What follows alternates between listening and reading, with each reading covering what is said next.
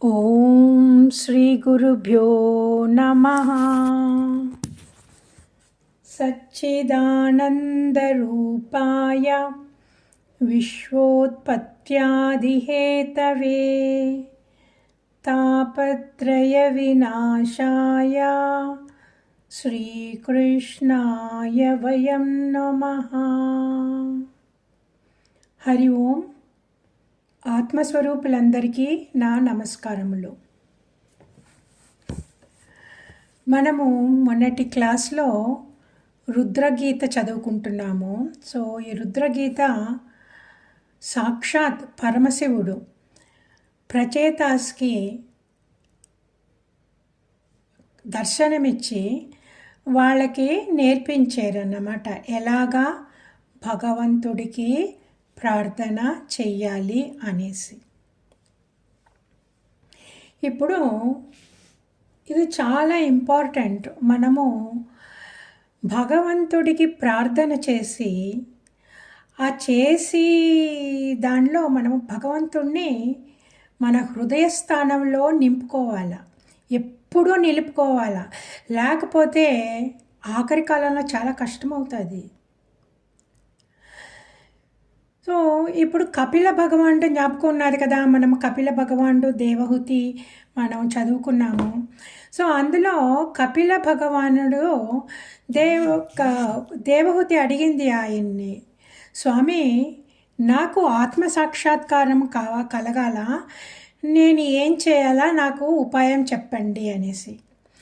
అప్పుడు ఆయన దేవహూతికి అన్నీ ఆ తత్వం అంతా బోధించారు. ఇలాగా బ్రహ్మ నుండి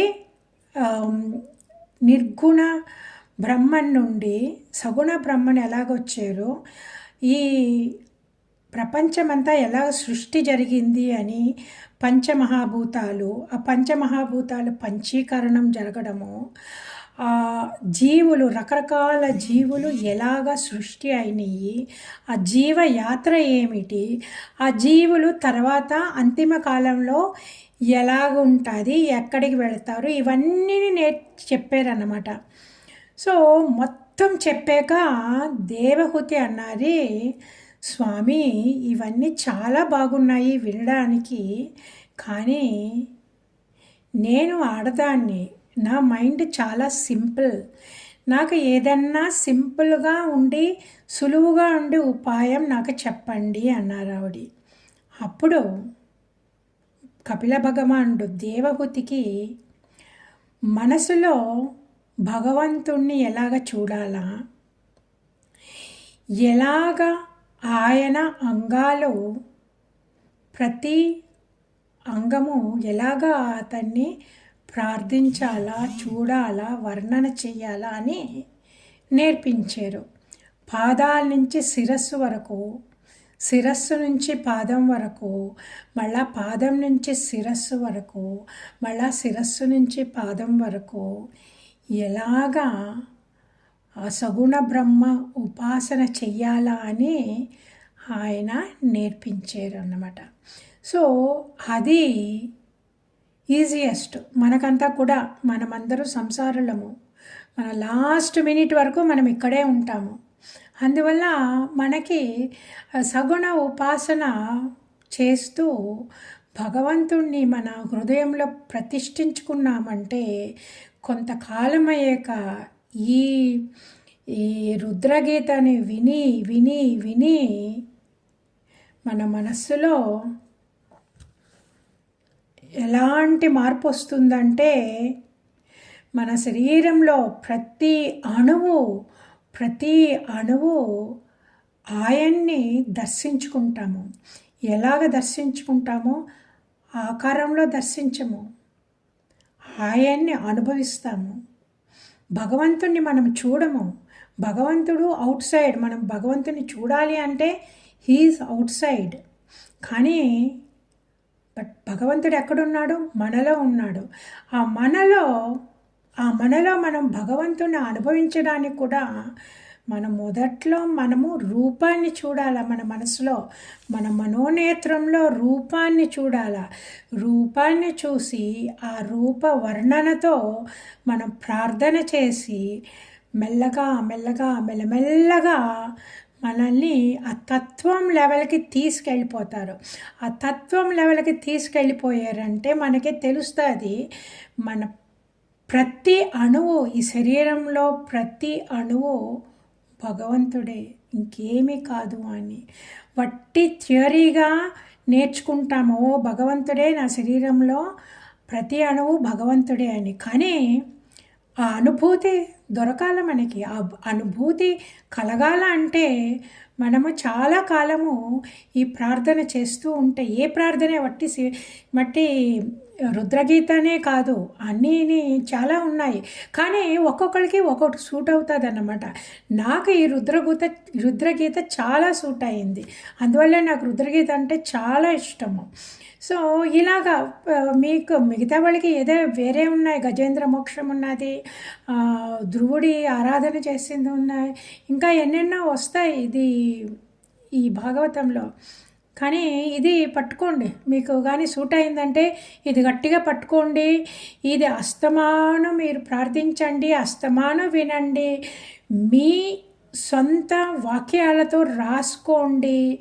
ఆ రాసుకొని వింటూ మళ్ళీ ప్రార్థన చేస్తూ మనసులో ఆయన్ని చూస్తూ అనుభవించుతూ ఉన్నారంటే ఇంకా ఎలాగవుతుందంటే అప్పడాల పిండి మనము ఎలాగ కొట్టి కొట్టి లాగి కొట్టి పిసికి ఇంకా ఎలా సాఫ్ట్ చేస్తామో అలాగా మన అహంకారం కూడా చాలా సాఫ్ట్ అయిపోయి భగవంతుడిలో కరిగిపోతుంది. మనకు కావాల్సింది అదే. లేకపోతే గ్లాసులో నీళ్ళు ఉండి ఆ నీళ్ళలో ఒక బుడగ ఉంటుంది చూసారా, ఆ నీళ్ళంతా చక్కగా ఉంటాయి, ఆ మధ్యలో ఒక బుడగ ఉంటుంది. ఆ బుడగలాగా మనం ఉండిపోతామన్నమాట. ఆ బుడగలో ఉండేది ఏంటి? గాలి. ఆ గాలియే అహంకారం. ఆ అహంకారం మనలో ఉండే వరకు మనము ఈ ప్రపంచంలో ఈ దేవుడు ఇప్పుడు ఆకాశం ఉన్నది అంటే దిస్ ఆకాశం ఫుల్గా మన చుట్టూ ఉండేది ఆకాశమే కదా, స్పేస్. ఆ స్పేస్ ఏంటి? It's not a dead space, భగవంతుడు. ఆ భగవంతుడిలో మనము ఉన్నాము. కానీ మనము భగవంతుడిలో ఐక్యం అవ్వటం లేదు. ఎందుకు అంటే మన అహంకారము. మన అహంకారమే ఎందుకు అంటే నాది, నాకు అది ఇష్టం, నాకు ఎంతో ఇష్టం, నేను అనుభవించాలా, ఇవన్నీ అహంకారంతో ఉన్నాయన్నమాట. ఇవన్నీ పడేసి భగవంతుడిని మనం అనుభవించడం నేర్చుకున్నాము అంటే మనకి ఇంకా ఈ ఆశలు ఉండవు. ఈ మాయా ప్రపంచంలో ఎన్నెన్నో కనబడతాయి, చక్కగా ఉంటాయి, రుచిగా ఉంటుంది, ఎంతో ఆహ్లాదకరంగా ఉంటాయి అనిపిస్తాయి. కానీ మనకు తెలుసు దీంట్లో అనుభవించి సంతోషం కన్నా భగవంతుడితోటి లీనమయ్యి సంతోషము ఎన్నో రెట్లు మనకు చెప్పలేము, మనం దానికి మెజర్ చేయలేము, ఇన్ని రెట్లు అనేసి ఆ లెవెల్కి వెళ్ళిపోతామన్నమాట. ఓకే, అవన్నీ చక్కగా ఈ రుద్రగీతంలో పరమశివుడు చక్కగా ఎక్స్ప్లెయిన్ చేశారు. ఓకే, ఇప్పుడు నేను ఎందుకు చెప్పానంటే అండి, మనం ఎప్పుడు దీన్ని అనుభవించాలా, భగవంతుడిని అనుభవించాలా అని. ఇది ఎందుకు ఇంపార్టెంట్ అంటే మన ఆఖరి క్షణంలో మనం ఇలాగ అనుభవించకుండానే ఈ లెవెల్ వరకు సాధన చేయకుండానే మనము ఊరికే ఎప్పుడు భగవంతుని పారాయణం చేస్తున్నాను, జ్ఞాపకం ఉంచుకుంటున్నాను, అది ఇది అంటే ఇట్స్ ఆల్ సూపర్ఫిషియల్. మనకి ఫుల్ వైరాగ్యం లేకపోయిందంటే లాస్ట్ మినిట్లో వచ్చేస్తుంది అన్నమాట. ఆ లాస్ట్ మినిట్లో మనం అంటుకుంటాయి చూడండి, మనకి ఇష్టమైనవి మన మనసు ఉన్నది, అది లాస్ట్ మినిట్లో వచ్చేసి మనం కొంచెం కింద పడిపోతాము. ఓకే, ఒక స్టోరీ, ఇది నిజంగా జరిగిందంట. ఒక బిజినెస్ మ్యాన్, ఆయన గొప్ప భక్తుడు. ఓకే, ఆయన బిజినెస్లో చాలా చక్కగా చేసేవారు, దాన ధర్మాలు చేసేవారు, పూజలు పునస్కారాలు అన్నీ చేసేవారు. ఓకే, ఆయనకి నాకు ఇలాగా ఆత్మసాక్షాత్కారం కావాలా, భగవంతుడితో లీనమవ్వాలా అవన్నీ అనేసి ఆయన పిల్లలకి నలుగురు పుత్రులు. సో ఆ నలుగురులకి మంచి పేరు పెట్టుకున్నారు. ఏంటి, మాధవ, కేశవ, మధుసూదన, హరి అని పెట్టుకున్నారు చక్కగానే. సో ప్రతిరోజు పిలిచేవారు, మధుసూదన, హరి, మాధవ రండి అలాగని. సో ఏ పని వచ్చినా, ఏ పని పిల్లలతో చెప్పినా, ఏ పిల్లలతో మాట్లాడినా ఈ పేర్లు వచ్చి అన్నమాట. సో ఆయన ఎప్పుడూ ఆ మాటలు అని అని పేరు పిలిచి పిలిచి పిలిచి ఆఖరి క్షణం వచ్చింది ఆయనకి. ఆఖరి క్షణం ఆయన బెడ్ మీద పడుకున్నప్పుడు ఇదే పిలిచారు, ఇదే మాటలు, మాధవ, కేశవ, మధుసూదన, హరి అనగానే వీళ్ళందరూ వచ్చారు. నాన్నగారు పిలుస్తున్నారు, నాన్నగారు అవసాన దశలో ఉన్నారని వచ్చారు. వచ్చి నిలబడ్డారన్నమాట. నిలబడ్డప్పుడు ఆయన చూసి, ఏంటి మీరు ఇక్కడే ఉన్నారా, మరి కొట్లో ఎవరున్నారు అన్నారంట. అని ప్రాణం వదిలేశారు. ఇప్పుడు ఏమైందండి, ఆయన కొట్టు గట్టిగా పట్టుకుంది ఆయన మనసులో. ఈ పేర్లు ఊరికే, బట్ కొట్టు మనసులో పట్టుకుంది. ఎందుకు పట్టుకుంది అంటే ఆయనకి రిటైర్మెంట్ అని లేదు. ఆయన పిల్లలకి కొట్టు అప్పచెప్పేసాక కూడా అస్తమానం ఏంటి బిజినెస్ ఎలాగవుతుంది, ఏంటి అకౌంట్స్ అన్నీ సరిగా రాస్తున్నావా, దాంట్లో ఏదైనా లాస్ వచ్చిందా, ఆ లాస్ వస్తే ఏం చేస్తున్నావు, ఇంకా మాట్లాడుతూ ఉంటే రిటైర్ అయిపోయి ఇంట్లో కూర్చోవడమే కానీ ఆయన మనసు ఏమి రిటైర్ అయిందా, మనసు రిటైర్ అవ్వలేదు. అందుకే ఆయన మాధవ, కేశవ, మధుసూదన, హరి అని పిలిచాక కూడా ఆయనకి పైకి వచ్చింది ఏంటి కొట్లో ఎవరు లేరా, వదిలేసి వచ్చేసారా అన్నారంట. ఇప్పుడు ప్రాణం అలాగ వదిలేసాక ఇప్పుడు ఆయన సంస్కారం ఏంటండి, కొట్టు, బిజినెస్. సో ఇప్పుడు next time maybe he will be born as a big business man, ఇంకా పెద్ద బిజినెస్ మ్యాన్ అవుతాడో ఏమో మరి. But is a waste of జన్మ కదా, మళ్ళాని ఆ సంస్కారంతో పుట్టడానికి. అది ఇంకొక ఆయన సన్యాసం తీసుకుంటాను అనేసి ఆయన అందరినీ పిలిచేశారు, నేను సన్యాసం తీసుకుంటాను అని. ఇంకా తెలిసిన వాళ్ళు అందరూ ఉంటారు కదా, లాస్ట్ మినిట్లో వాళ్ళంతా చెప్పేసి వెళ్ళిపోతారన్నమాట. ఇల్లు వదిలి వెళ్ళిపోయేటప్పుడు అందరినీ పిలిచి అందరికీ అన్నీ అప్పగిచ్చేసి వెళ్ళిపోయి ఇంకా గేట్ వరకు బయటకు వెళ్ళిపోయారు. ఇంకా నేను వెళ్ళిపోతున్నానని వెళ్ళిపోయి మళ్ళీ వెనకొచ్చి ఆ ముగ్గు పెట్టి బయట ఎట్టేసేవేంటి, తీసుకెళ్ళి లోపల ఎట్టు అన్నారంట. ఆయన సన్యాసము ఆ ముగ్గు పెట్టి లెవెల్కి కిందకి దిగిపోయింది. సో ఇలాగ ఉంటుందండి. అందుకే it is very very important. మనము మన గృహస్థులము, మనము మనుషులతో ముడిపడి ఉన్న మూలాన్ని మనం బయట ప్రపంచంలో ముడిపడి ఉన్నాము. మనం బయట ప్రపంచం అంటే ఏంటి, మన ఇంట్లో మన పిల్లలు, మన ఇంట్లో సోఫాలు, మన ఇంట్లో ఉండే కుర్చీలు, మన డైనింగ్ టేబుల్, మన కుకింగ్ దాంట్లో ఉంటాయి కదా. అయ్యో డైనింగ్ టేబుల్ అలాగైపోయింది, ఆ టేబుల్ మార్చాలా, టేబుల్ క్లాత్ మార్చాలా, టేబుల్ క్లాత్ మురికైపోయింది, ఇవే వస్తూ ఉంటాయి కదండి. ఇవన్నీ వీలైనంత వరకు తగ్గించేయాల. ఒక రూమ్లో ఒక మూలలో కూర్చోవడం అలవాటు చేసుకొని ఎప్పుడూ ఇంకా ఆ భగవంతుడిని ఎలా పట్టుకోవడం చాలా కష్టం, మనసు వెళ్ళిపోతుంది. ఇలాంటి రుద్రగీతలు లాంటి ఐదర్ రుద్రగీత లేకపోతే మీకు ఇష్టమైంది ఏంటో పెట్టుకొని వింటూ ఉండండి, విని రాసుకొని ఇంకా మీరే మాట్లాడాలా, మనమే మాట్లాడాలి భగవంతుడితోటి. పరమాత్మ నువ్వు ఎంత చక్కగా ఉన్నావో, నీ మొహం ఎంత చక్కగా ఉన్నది, నీ కళ్ళు ఎంత చక్కగా ఉన్నాయి అనేసి ఇలాగ మాట్లాడాలన్నమాట. మనం మాట్లాడుతూ ఈయన చెప్పిన ప్రకారం కానీ మనము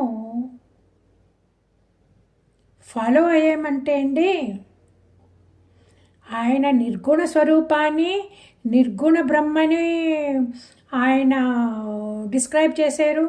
సగుణాన్ని ఎలాగా అనేసి, ఆ మాయ ఎలాగుంటుంది అనేసి, ఆ మాయలో ఎలాగ మన మనస్సు తిక్కలు పడిపోతుంది అనేసి అన్నీ చెప్పారు. దీంట్లో చక్కగా ఉన్నది. ఈ రుద్రగీత ఒకటి పట్టుకొని పరమశివుడు కాళ్ళ దగ్గర పడి మనము అదే వింటూ ఉన్నామంటే అండి చాలా బాగుంటుంది. ఓకే, సో ఇప్పుడు మనము మొదలెడదాము. రుద్రగీత మనం ఎక్కడ ఆపేమో అక్కడి నుంచి మొదలెడదాము. ఇది టోటల్ 79 శ్లోకాస్. ఓకే, ఇది ఒకేసారి చేసేస్తే ఇంక మళ్ళా పైనుంచి వెళ్ళిపోతుంది అన్నమాట. ఈ చెవిలోంచి వెళ్ళి ఆ చెవిలోంచి బయటకు వచ్చేస్తుంది. సో అందుకే కొంచెం కొంచెం నేను చేస్తున్నాను. ఇది సెకండ్ పార్ట్. ఓకే, ఇప్పుడు అందరూ కళ్ళు మూసుకోండి.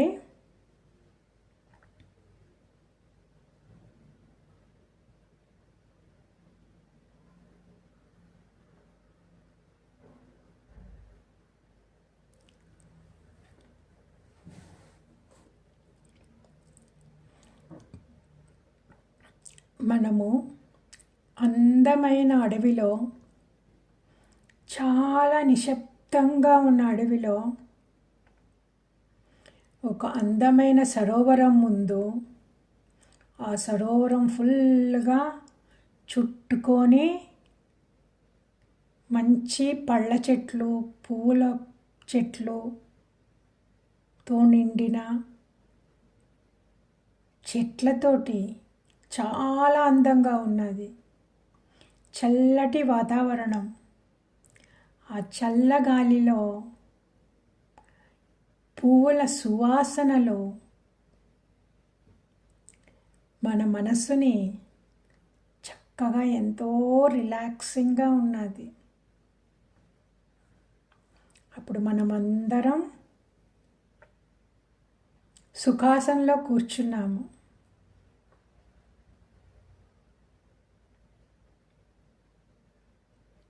మన ఎదురుగా పరమశివుడు మనకి భగవంతుడిని ఎలాగ ప్రార్థన చెయ్యాలా అని నేర్పిస్తున్నారు. స్వామి, మీ దివ్యమంగళ స్వరూపము స్వచ్ఛమైనది. వర్షాకాలమునందలి మేఘముల వలె శ్యామవర్ణము కలిగినది. దీర్ఘములైన నీ చతుర్బాహువులు సొంపైనవి. నీ ప్రసన్నవదనము సర్వమనోజ్ఞము.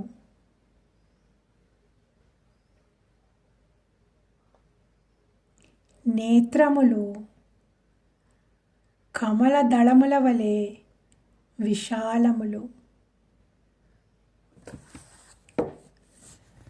కనుబొమ్మల అందచందములు అమూల్యములు.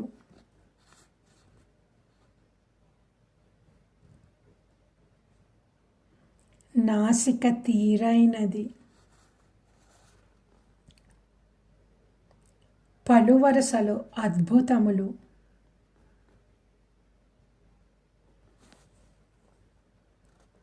చెక్కిళ్ళు నిగనిగలు. నీ ముఖశోభను ఇనుమడింపు చేయనట్టున్నవి. కర్ణాభరణ శోభలు అద్వితీయములు.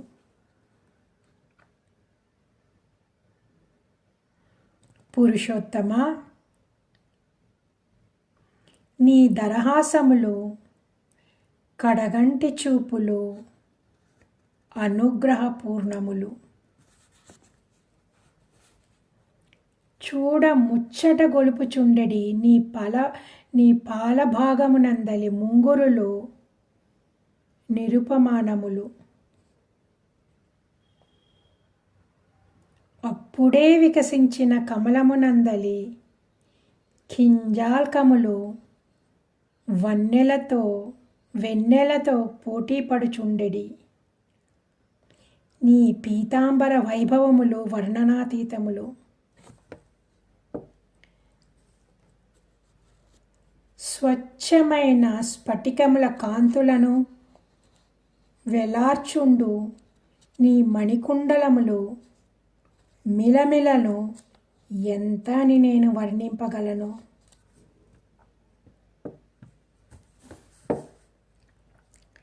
నీ కిరీటకాంతులు, కంకణముల వెన్నెలు, హారముల దగదగలు, అందెల తళుకులు, కటిసూత్రముల తళతళలు అత్యంత మనోహరము. నీ చతుర్బాహులయందు పొందికగా అమరియున్న శంఖము, చక్రము, గద, పద్మముల శోభలు, కంఠమున అలంకృతమైన వనమాల, కౌస్తుభముల కాంతులు నీ దివ్యమంగళ విగ్రహమునకు నీరాజనములిచ్చుచుండును. పరమపురుష, బలిష్టములైన కాంతులీనుచుండెడి నీ భుజస్కందములు, మెరిసిపోవుచుండెడి కేసరములు,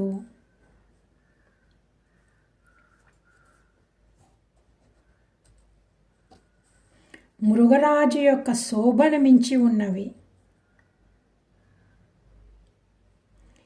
నీ హృదయమునందు సంతతము నివసించునట్టి లక్ష్మీదేవి యొక్క కాంతులలో విలసిల్లుచుండెడి నీ వక్షస్థలము బంగారు గీతలు గల గీటురాతిని తిరస్కరించుచుండును. దేవా, 3 ముడుతలతో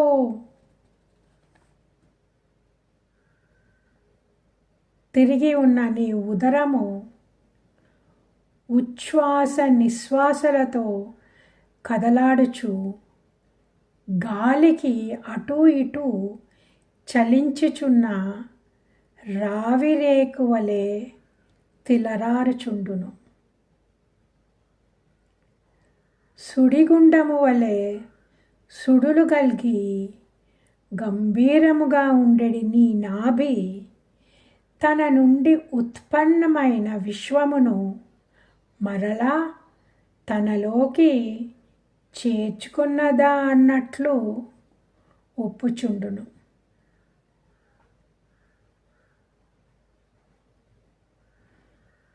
జగన్నాథ, శ్యామవర్ణముతో శోభించుచుండెడి నీ కటిభాగమునందు అలంకృతమై ఉండెడి పీతాంబరము, బంగారు మొలనూలు మిగుల శోభయమానములు.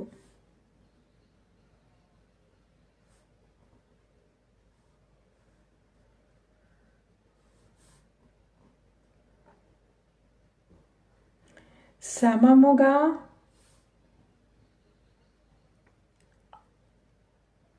అందముగా కనిపించు నీ పాదములు, పిక్కలు, ఊరువులు మనోహరములు. నిమ్నముగా ఉండేడి మోకాళ్ళు దర్శనీయములు. జగద్గురు, అజ్ఞాన అంధకారంలో పడి కొట్టుకుపోవు వారలకు సన్మార్గదర్శకుడవు. నీ పాదములు శరత్కాలమునందలి పద్మముల వలె నిర్మలమైనవి. పాదముల వ్రేళ్ళు తామర దళముల వలె అలరారుచున్నవి. నీ పాదము అద్భుతమైన నఖకాంతులతో ఒప్పారుచున్నది. దయామయ, అట్టి నీ దివ్యపాదము మా అంతఃకరణముల యందలి పాపములను పారద్రోలును. మా భయమును పారద్రోలునట్టి నీ పవిత్ర పాదములను మాకు దర్శింపచేయుము. శ్రీహరి, అంతఃకరణ శుద్ధిని అభిలషించు మా వంటి వారికి నీ దివ్యమంగళ రూపము అనుక్షణము ధ్యానింపదగినది. తమ తమ వర్ణాశ్రమ ధర్మములను అనుష్ఠించు వారికి భక్తియోగమే అభయమును ప్రసాదించున్నది.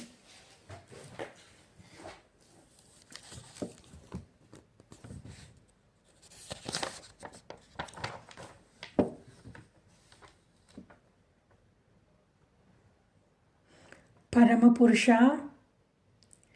దేహాత్మభావమును వీడని మానవులకు నీవు దుర్లభుడవు.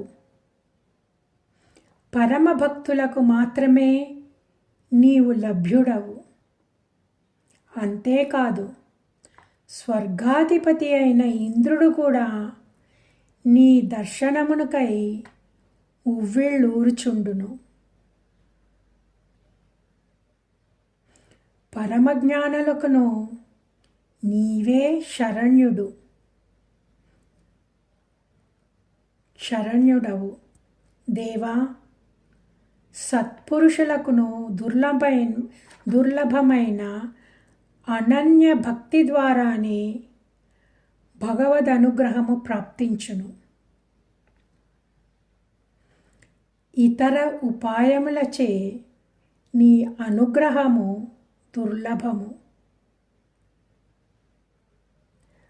అనన్య భక్తి ద్వారా నిన్ను ఆరాధించినవాడు నీ పాదములను శరణు వేడుటయే తప్ప వేరేది కోరుకొనడు. శ్రీహరి, మిగుల శౌర్యము గల యముడు కూడా తన విశ్వమును విధ్వంసము అనర్చగలడే కానీ అతడు కూడా నీ పాదములను శరణుజొచ్చిన భక్తుని పట్ల తన ప్రతాపమును చూపక వెళ్ళిపోవును. పురుషోత్తమ, నీ పాదములను శరణుజొచ్చిన అనన్య భక్తుని తోడి సమాగమము క్షణకాలమైనను చాలును. దానితో స్వర్గ సుఖములు గాని పునరావృత్తి రహితమైన మోక్షము గాని ఏ విధముగాను సమానము కావు. ఇంకా నశించిపోవునట్లి రాజభోగాదుల విషయము చెప్పనేలా. పరమపురుష,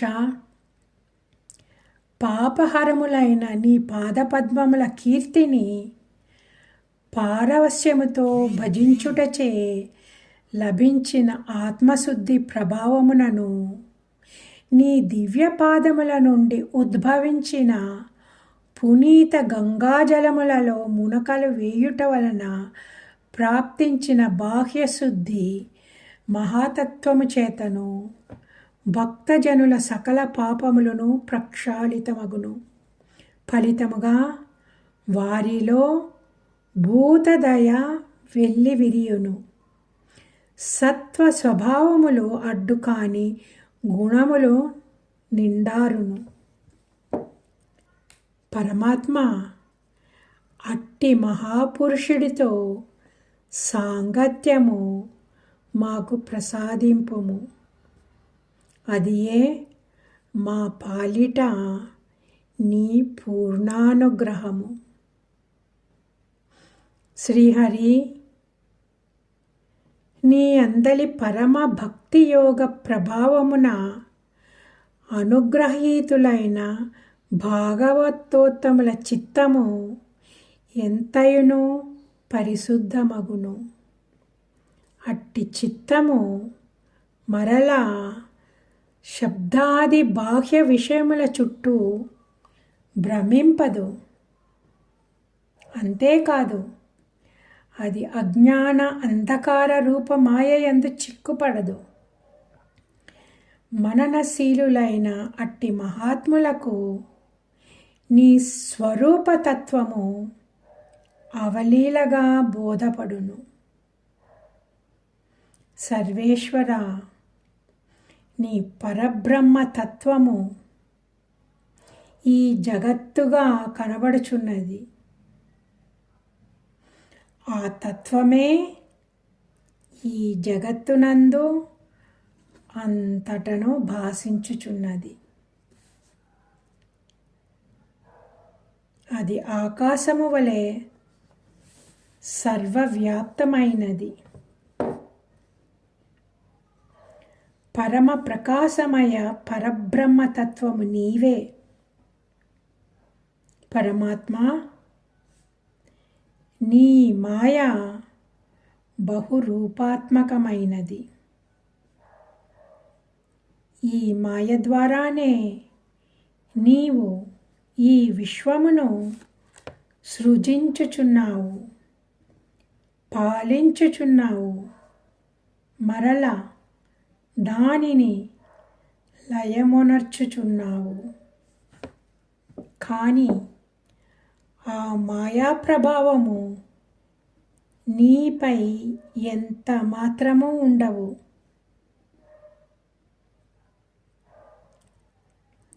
నీలో ఎట్టి వికారములను కలుగవు. కానీ ఆ మాయా కారణముగా జనులలో భేదబుద్ధి ఏర్పడి సత్యముగా భాషించుచున్నది. కానీ పరమాత్ముడవగు నీయందు అది తన ప్రభావమును ప్రదర్శించుటకు అసమర్థమైనది. నీవు పరమ స్వతంత్రుడవు అని మాకు బోధపడుచున్నది. దేవా, పంచభూతములు, ఇంద్రియములు, అంతఃకరణము అను వాటివి నీవే ప్రేరకుడవు. కర్మకాండ నిష్ణాతులు తమ సిద్ధిని పొందుటకై నీ సగుణ రూపమును అనేక పూజా పద్ధతులతో నిన్ను మిగుల శ్రద్ధగా ఆరాధింతురు. అదే అట్టివారే వేదశాస్త్రములయందు నిజముగా విద్వాంసులు. పురుషోత్తమ, నీవే ఆది పురుషుడవు. సృష్టికి పూర్వము నీ మాయాశక్తి నీలోనే నీలమై ఉండును. ఆ మాయాశక్తి ద్వారానే సత్వగుణము, రజోగుణము, తమోగుణము అను భేదములు ఏర్పడుచున్నవి.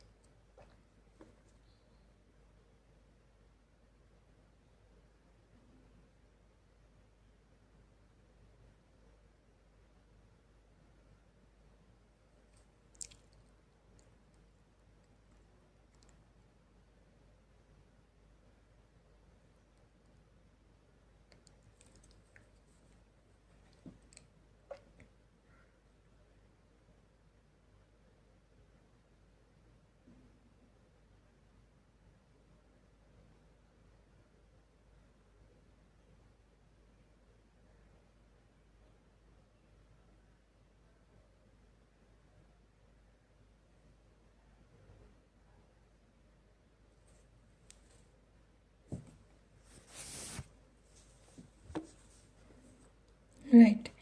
ఇంకా మెల్లగా కళ్ళు తెరవండి.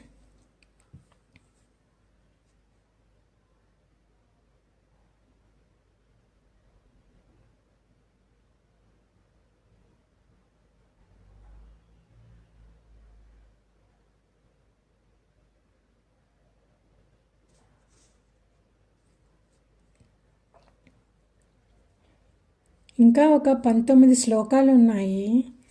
అది మనము మళ్ళా క్లాస్లో చూసుకుందాము. ఇంతవరకు మీరు ప్రతిరోజు వింటూ మీకు అలవాటు అయ్యే వరకుని ఇది ఒకసారి విని మీరు మీ సింపుల్ వర్డ్స్లో రాసుకోండి. మీకు ఈ విషయాలన్నీ తెలుసు, మీకు జ్ఞానం ఉన్నది, మీరు ఎన్నో క్లాసులు విన్నారు, పురాణాలు విన్నారు, పారాయణం చేశారు. అందువల్ల మీకు ఈ నాలెడ్జ్ ఉన్నదన్నమాట. అందువల్ల మీరు ఇవన్నీ మీరు సింపుల్ వర్డ్స్లో మీ సరళ భాషలో రాసుకొని మీరు దాని ప్రకారము మీరు మెడిటేట్ చేశారంటే అండి, ఆయన చెప్పారు కదా, పరమశివుడు చెప్పారు కదా, నువ్వు ఇలాగ ప్రార్థన చేయండి మీరందరూ, మీకు డెఫినెట్గా భగవంతుడి సాక్షాత్కారము దొరుకుతుంది అని. అలాగా మన మనస్సు ఇలాంటి ప్రార్థనలో లీనమైపోయిందంటే అండి, మనకి సాక్షాత్కారం లభిస్తుంది. ఇది యాక్చువల్గా భగవంతుడు మన చుట్టూ ఉన్నారు, మనం భగవంతుడిలోనే ఉన్నాము. ఓకే, ఒక నీటి బుడగ, ఇప్పుడు గ్లాస్లో నీళ్ళు పెట్టుకొని క్లియర్గా అండి మధ్యలో ఒకే ఒక బుడగ ఉన్నదంటే ఎలాగుంటుందండి? అలాగే మనమందరం నీటి బుడగలమన్నమాట. మనం ఎక్కడున్నామో భగవంతుడిలో ఉన్నాము. మన చుట్టూ ఉండి స్పేస్, ఆకాశం ఏంటి? భగవంతుడు. అది it's not a dead space, ఇది భగవంతుడు. మనం భగవంతుడిలో మనం ఉన్నాము, నీటి బుడగలాగా. ఓకే, ఆ నీటి బుడగలాగా ఎలాగుంది? బుడగగా ఉండాలంటే లోపల వాయువు ఉంటుంది కదా, అదే అహంకారం. మన అహంకారమే మనల్ని భగవంతుడి నుంచి వేరు చేసి ఇంకా నేను నాది అన్న తపనలు మొదలైపోయినాయి. ఓకే, ఇప్పుడు మన అహంకారం పోవాలి అంటే అందుకే మనము ఎప్పుడూ గురువుల ఆశ్రమంలో గురువులతోటి మనం నేర్చుకోవాలన్నమాట. ఇప్పుడు మనం గురువులు చూస్తూ ఉంటారు, మన అహంకారం అప్పుడప్పుడు వచ్చేస్తుంది పైకి. అప్పుడే ఒక నెత్తి మీద ఒక మొట్టికాయ వేస్తారు. మనకు అలా దొరకాలి, లేకపోతే మనం ఎన్నో జన్మల పుణ్యం చేసుకుంటేనే మనకి అలాంటి అవకాశం దొరుకుతుంది. లేకపోతే మనకు తెలియదు మేమంతా కరెక్ట్గా చేసుకుంటున్నాము అని మన బాటికి మనం చేసుకొని వెళ్ళిపోతామన్నమాట. సో అహంకారం పైకి వచ్చేస్తుంది. అదే కదా ఈ భాగవతంలో అన్నీ చదువుకుంటూ ఉన్నాము, ఎలాగొచ్చిందని ఒక్కొక్క కథలోనే అలాగే కదా మనం చదువుకున్నాము. ఇంకా ఉన్నాయి, బోల్డ్ కథలు ఉన్నాయి, ఎలా అహంకారం పైకి వచ్చేస్తుంది, ఉన్న కల్మషాలు ఎలాగొచ్చేస్తాయి అని. సో అవి రాకుండా ఉండాలంటే మనం భగవంతుడిని మన హృదయంలో అనుభవించాలి. మనల్ని ఒక 15 నిమిషాలు గంట సేపు కూర్చొని మెడిటేషన్ చేసి బ్యాక్ టు స్క్వేర్ వన్, ఇంట్లో పని అది మొత్తం దాని మీద మనం పెట్టకూడదు. ఎందుకంటే ఇప్పుడు మనం భగవంతుడిని మన హృదయ స్థానంలో స్తంభిస్తూ ఉన్నామంటే, if you feel Bhagwan inside our heart, మనకి మాటలతో చెప్పలేని సంతోషం ఉంటుంది, ఆ స్పందన ఉంటుంది. ఆ స్పందన మన మనసులో ఎప్పుడు ఉన్నది అంటే, ఈ ఇంట్లో ఎన్ని పనులు చేసినా ఏం చేసినా అవన్నీ మనల్ని అంటుకోవు. ఎందుకంటే ఈ భగవంతుడి స్పందనలోనే మనం ఉంటాము. మనకెప్పుడు అవేర్నెస్, భగవంతుడు అనే అవేర్నెస్ ఉంటుంది. మన చుట్టూ ఉన్న స్పేస్ ఈజ్ భగవంతుడు. మన తలపైన, మన ముందు, మన వెనకాల భాగంలో, మన కుడి చేతి వైపు, మన ఎడమ చేతి వైపు, మన కాళ్ళ కింద ఉండే స్పేస్ ఇస్ భగవాన్. మనం ఈ మధ్యలో ఉన్నాము. ఏంటి, మనం బుడగలాగా. ఆ బుడగ ఎందుకు అలాగ ఉన్నది అంటే అహంకారము.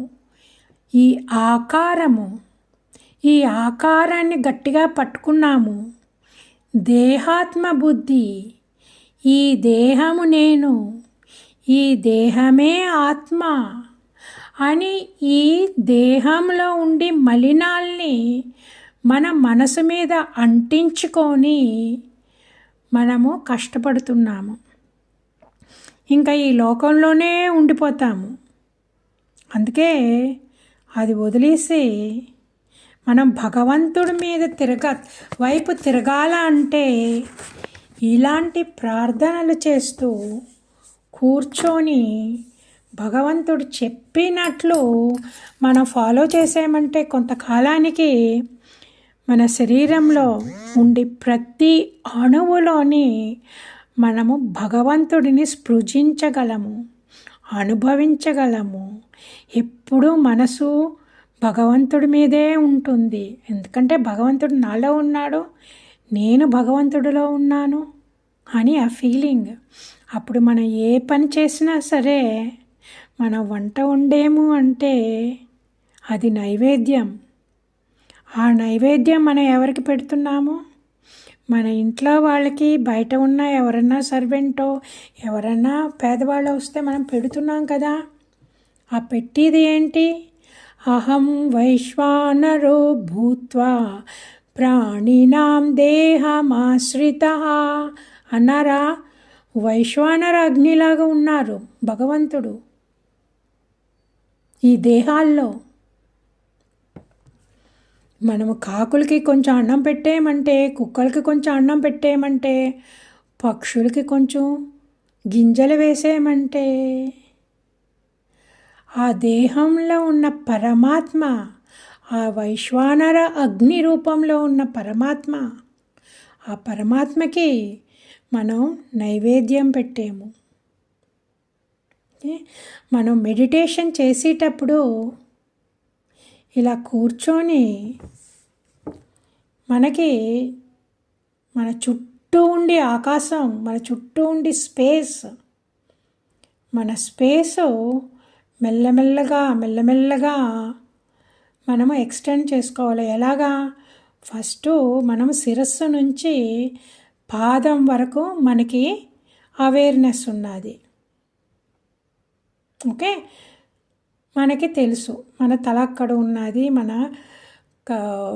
బొటన వేలు, మిగతా వేళ్ళు అక్కడ ఉన్నాయి, చేతులు, భుజాలు, మన శరీరం, అవన్నీ మనకి తెలుసు. ఇప్పుడు మనము ఈ దేహం ఏంటి? ఈ దేహము మాయా శరీరము, పంచభూతాత్మిక శరీరం. ఈ శరీరంలో ఉండేది జీవుడు. జీవుడెవరో పరమాత్మలో ఒక భాగం. ఆ పరమాత్మ ఎలాగుంటారో? He's like a akasham, he's like a space around us. అందుకే మనం మెడిటేషన్ చేసేటప్పుడు మన శరీరం చుట్టూ ఉన్న ఆకాశం 12 ఇంచెస్ ఆకాశం, ఆ 12 ఇంచెస్ అరౌండ్, తల మీద 12 ఇంచెస్, కాళ్ళ కింద 12 ఇంచెస్ వరకు, మన ముందు 12 అంగుళాలు, మన వెనకాల 12 అంగుళాలు, మన కుడివైపు 12 అంగుళాలు, మన ఎడం వైపు 12 అంగుళాల వరకు మనకి తెలియాలా, మన మనసులో ఉండాలా. ఓ, నేను ఇంత పెద్దదాన్ని, నేను వట్టి శరీరంలో కాదు, నేను ఇంకా ఇటే 12 అంగుళాలు, అటే 12 అంగుళాలు, అన్ని చోట్ల 12 అంగుళాలు చుట్టుకొని ఉన్నాను నేను అని. కొంతకాలం అయ్యాక ఇంకా అలాగ దాన్ని ఎక్స్టెండ్ చేసుకోపోవాలా. ఒక అడుగు అయ్యింది కదా, 24 అంగుళాలు, తర్వాత 36 అంగుళాలు, ఇంకలాగా 1 కిలోమీటరు, 1 మైలు, 10 కిలోమీటర్లు ఇంకా అలాగే ఎక్స్టెండ్ చేసుకొని పోవాలా. మన చుట్టుకొని ఆ ఎక్స్టెన్షన్ ఎలా కావాలంటే మనమే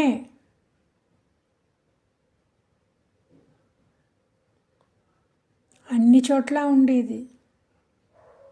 ఈ శరీరానికి నేను పరిమితం అవ్వలేదు అని తెలుస్తుంది. అది ఎప్పుడు తెలుస్తుంది అంటే మన మనసులో కల్మషాలు పడిపోయినప్పుడు మనము మనసులో భగవంతుణ్ణి చూడగలుగుతాము. ఆ భగవంతుణ్ణి చూసి చూసి చూసి ఆయన ఇచ్చిన జ్ఞానంలో మనం ఇంకా మునిగేమో అంటే మన మనసు ఆ జ్ఞానంలోనే ఉండిపోతుంది. ఆ జ్ఞానంలోనే ఆయన చెప్పారు కదా, సర్వవ్యాపకుడము అనేసి.